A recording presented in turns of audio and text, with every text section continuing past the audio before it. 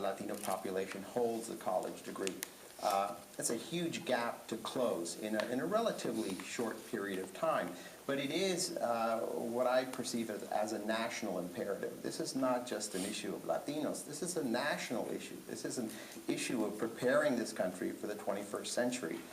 So I know that we're here as looking at it from a Latino perspective, but this really is a national issue. It's an issue that reflects on our future democracy.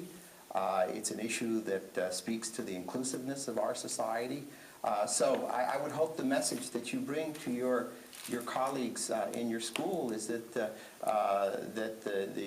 sort of frontiers of this discussion are wide, and I don't think that that message has really gone out yet.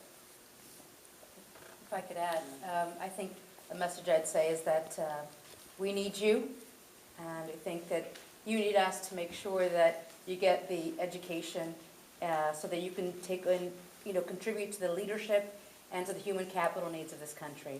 And I think don't take no for an answer, I would say, and make sure that you're your own best advocate, and make sure that you find a path to reach your goals. And if you don't know how, ask questions.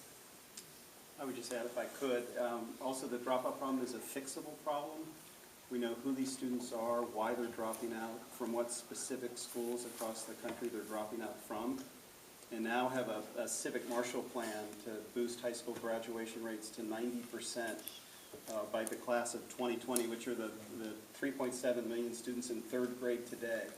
And following that class along through high school, the schools and communities and states that have made the most progress have been rising to a standard of excellence.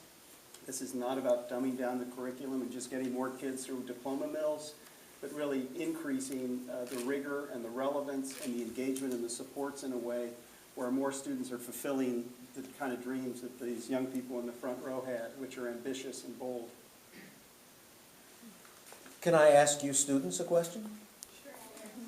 Do you have friends who've already left school? Do you have relatives who've already left school? And what do they say about the reasons why? Could you talk them out of it? Anyone?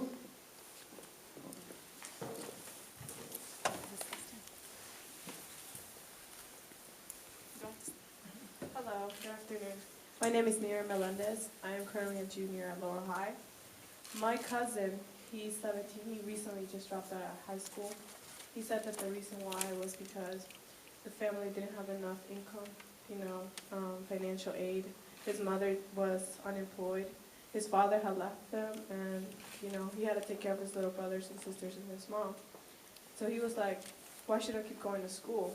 Right now I have to, feed my little brothers and sisters. So I was like, it's very disappointing to hear that.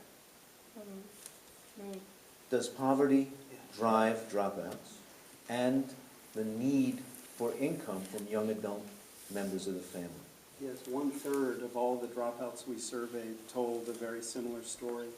These are 15 and 16 and 17-year-old students who were in high school, some of them getting A's and B's, doing very well in school, and yet they either have to go out and get a job to take care of their family, or they have to take care of a sick family member in the home. So about 32% needed to get a job, 26% needed to care for a family member. But if you can make the case to them, the difference between a high school dropout and a college graduate over their lifetime is $1 million in earnings. And there are programs and efforts in schools and communities to help provide supports both to the students and the families to keep those young people in school. But when there's an episode, when it's a cause, unemployment in the family, a sick family member, at some point the unemployment ends, at some point the sickness ends, but often that student doesn't head back to school. How do we get better at having them find their way back? Or, sadly, the many young women who have children while they're still in high school, it's very hard for them to complete a diploma afterwards. I think part of our challenge is we don't have recognizable infrastructures to recapture our students, our potential students, to complete their education. As I said, we're finding community-based organizations, but it's spotty, who are committed to making sure we reach back and make sure that every student has an opportunity to complete their education.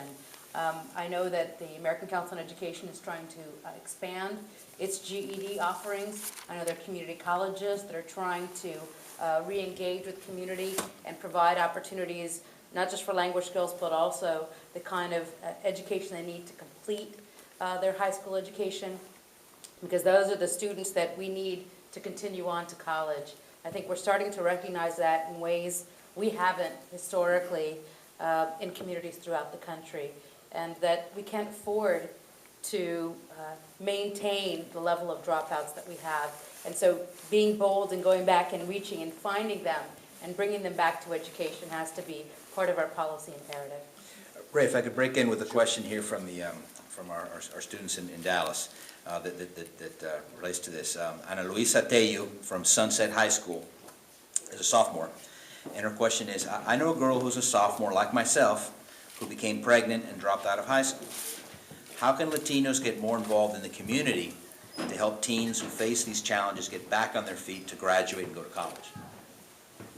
I think one of the things that our programs have really touted and have been a success is among Latino students, that there is a need to give back to the community. There is a need to give back to the family and to support it in different ways.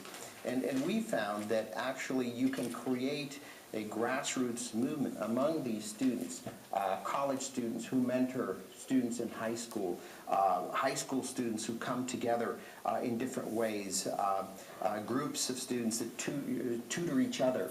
And I think that this not only benefits the community in the long term, but I think it does instill a degree of responsibility. And we've seen that the students that have participated in our programs do really reflect that. And I think that's a real positive that sometimes is not recognized.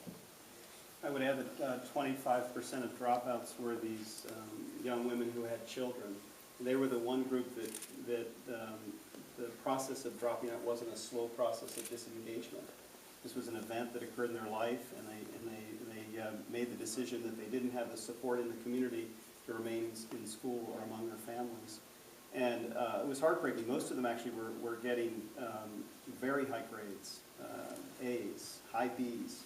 And I think we need, as a country, to do a lot more to support and send a message that young women who have children, that there are ways, multiple pathways to stay on track. There's virtual learning, there are alternative education programs, and there are community-based supports that can help the young mother care for their child and remain connected to school in some way.